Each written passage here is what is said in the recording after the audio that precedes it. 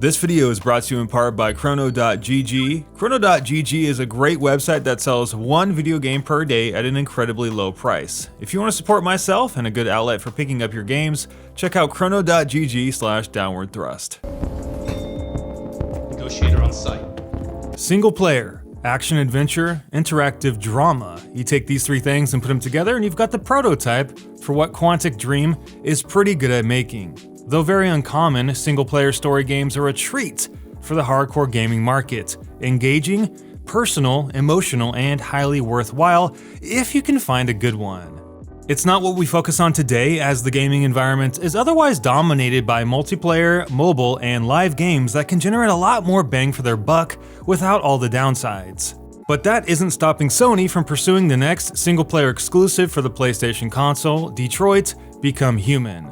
Detroit is an upcoming single-player video game that many people are looking forward to, yet a great deal are just scared might not deliver. Just like Quantic's prior games, Detroit's gonna focus on being an interactive story-based game first, and that has always left one nagging question positioned by many people. Will the gameplay extend beyond simply pressing the right button at the right time?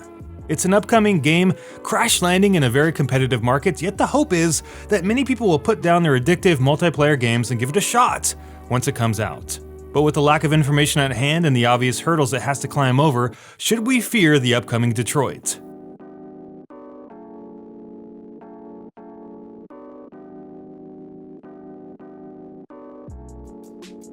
Quantic Dream is best known for their immersive storytelling games like Fahrenheit, Beyond Two Souls, and of course Heavy Rain. We're talking about games that are very heavy-handed, right? A lot of emotional substance behind them, or as the founder of Quantic Dream, David Cage, likes to say, games with meaning. These types of games are a very rare breed. Action-adventure games in third person where players control one or more characters and basically shape the story as they go, or so they promise. Usually you've got a lot of backstory and moments of choice and consequence, which are usually tied to quick-time events and scripted gameplay sections. It's been coined the interactive drama genre, a type of game that kind of digs a little bit deeper than traditional offerings, and that's pretty cool. Cage is a pretty interesting person, and he's extremely set in this idea that the market is overrun by the same types of game every year, and that we need to do something innovative to advance the industry forward. That's fantastic, so long as the game is also fun. And a lot of these games put the story before the fun, and that's a problem for a lot of people. Cage's earlier work, Heavy Rain, is actually one of my favorite games of all time. I felt like I wasn't just playing a video game, but I was also reading and kind of writing a book at the same time. I really enjoyed acting out the investigation of the origami killer, swapping between the four characters, and trying to figure out the puzzle that they obviously were trying to hide from me. But of course, most of the gameplay did boil down to point and clicking and hitting the right button at the right time, which wasn't enough physical gameplay for a lot of people, but still an awesome game for the right person. Quantic took Heavy Rain and used it as an influence to make their next game, Beyond Two Souls. Players experience once again another interesting tear-filled story, this time tied to a girl and a strange apparition named Aiden that we get to control during certain points of the game. The game flip-flops between 15 years of Jodie's life, who's the main character, and just like Heavy Rain, the player is often thrust headfirst into some deeply dramatic scenes right out of the gates, and you better be prepared for a lot of overbearing drama with this game. The plot is interesting, however, it's very disorganized given how much is going on and how much the game keeps bouncing all over the place. And that's kind of the big problem with Cage sometimes. He tries to cram a lot of stuff into his game, just a ton of stuff, and often it doesn't get the time to breathe. And worse, many of his games are what we call front-loaded, loaded with great content and ideas early on, yet the game may go nowhere with them. And since the average player doesn't finish his or her games, it's even more of an incentive to focus on the beginning of a game. Fahrenheit and Beyond Two Souls definitely fell prey to this.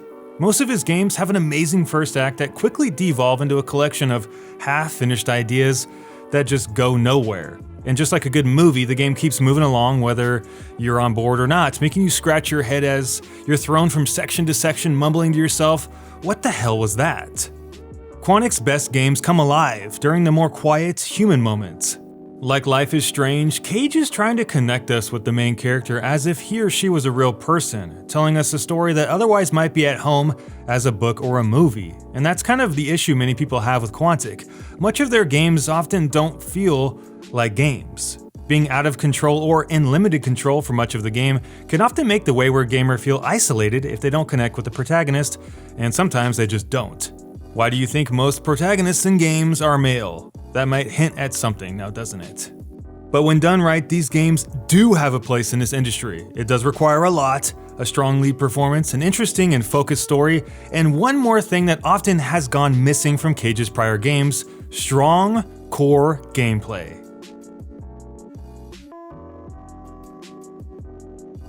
Detroit is a game where every action has a consequence, or so they say, but we don't know that much about the game, even though it's going to come out in 2 short months.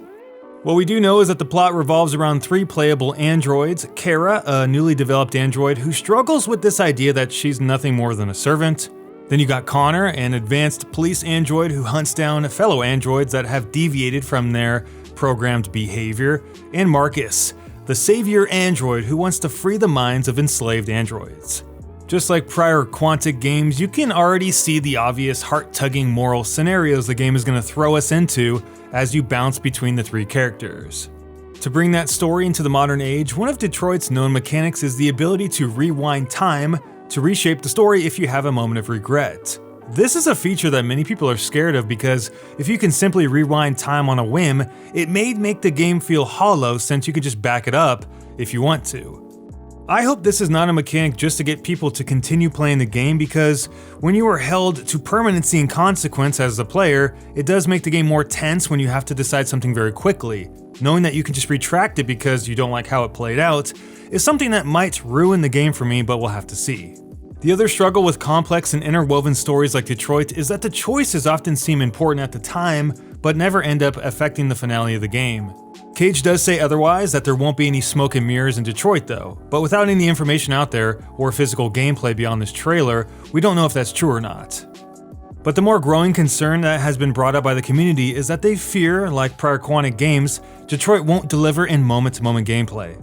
Let's be honest here guys, absolutely zero gameplay has been shown off to this day beyond simply talking to people, selecting a choice of dialogue, or just simply clicking on an object. Coming up quickly on the release, I want to know how I'm going to play this game. The next evolution from Quantic should tie in Cage's fascination of storytelling with an invigorating amount of gameplay, not just interactivity.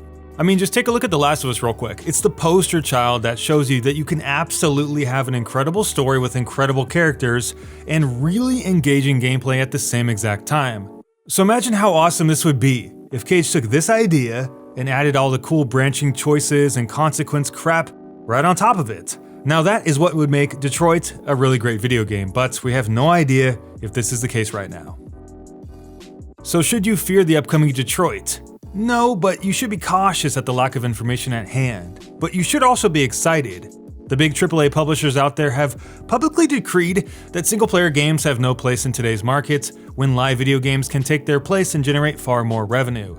Single-player story games often fall into this trap of focusing too much on the story and not enough on gameplay. This causes the common gamer to avoid it, which lowers sales and threatens the future development of like-minded games. If we can't get the masses to buy into single-player games, they may very well go extinct in the years to come.